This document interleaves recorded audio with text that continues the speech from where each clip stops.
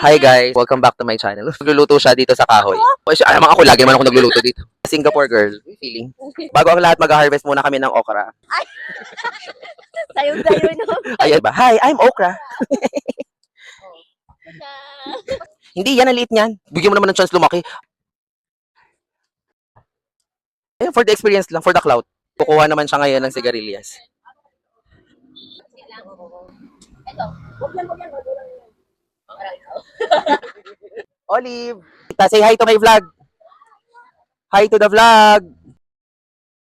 So guys, kumuha siya ng mga okra, tsaka ng sigarilyas. Kumuha na rin siya ng mangga. Ito, may mangga na rin ako. Ano yung mangga? Pang himagas. So ngayon, maghihiwa tayo ng labanos. Sabi niya tatlong puto lang. Imagine mo tatlo lang girl. bakit? Yes. But still, I know that this is on rice. Ay, ganun din naman yan. Hindi, kasi para may I hangin. know about the hangin. Ilagay mo na kamali. Hindi, ubusin yung kahoy bago ilagay. Uy, maganda rin ang coconut oil. Coconut ubus na pala natin. Healthy pala eh. Anong inuuna mo? Oh, ako sarili. Pilit mo gumatong eh. That's the beauty of gatong. Kaya lalong nag-aapoy kasi ginagatungan mo. Lagay mo muna yung bap. Uy, wala ka, hugasan mo.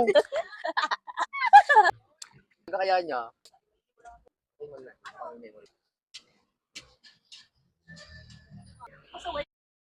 Sabi niya, pera natin para makakabit tayo maaga.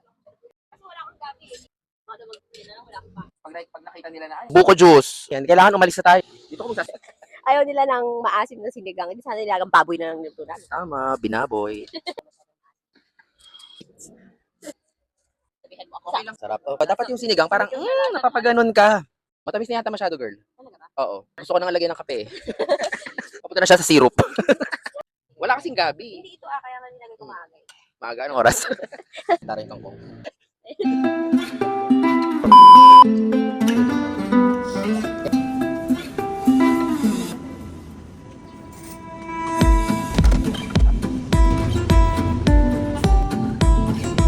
Uy, hintayin ko na lang yung halo-halo.